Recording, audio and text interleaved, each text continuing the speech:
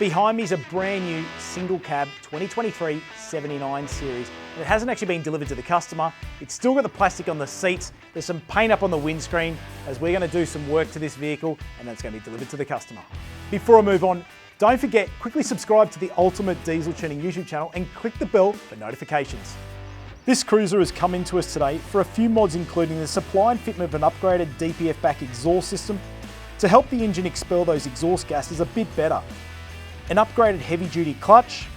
A clutch is a crucial upgrade as the factory Toyota clutches aren't very strong and will not handle the huge gains in torque that we achieve from the custom dyno tune. We've already fitted these parts to it and have carried out the important pre-tune inspection to ensure all fluid levels are good and there are no fluid leaks or anything mechanically untoward. We're about to carry out the custom dyno tune of the 79. As you can see up the front, it's got the big bull bar.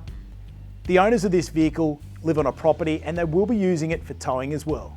During our tuning procedure, our engineers will take into consideration all the weight on the vehicle, what it's been used for, so it's a completely tailored solution for your vehicle. If you'd like to know more details about how we do all the tuning, there's a link below in the description, so check that out. Well guys, we've finished the custom dyno tune of the 79. Let's have a look at the results.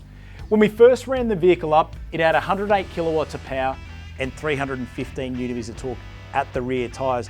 After we completed the custom dyno tune, went to 135 kilowatts of power and 640 newton-meters of torque.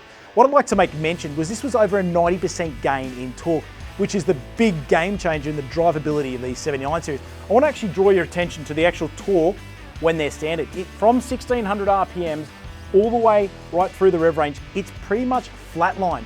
What you see here is the massive gains from 1600 RPMs after it's been custom dyno tuned right through to 2500 RPMs, which is absolutely the big difference when you get the custom dyno tune done.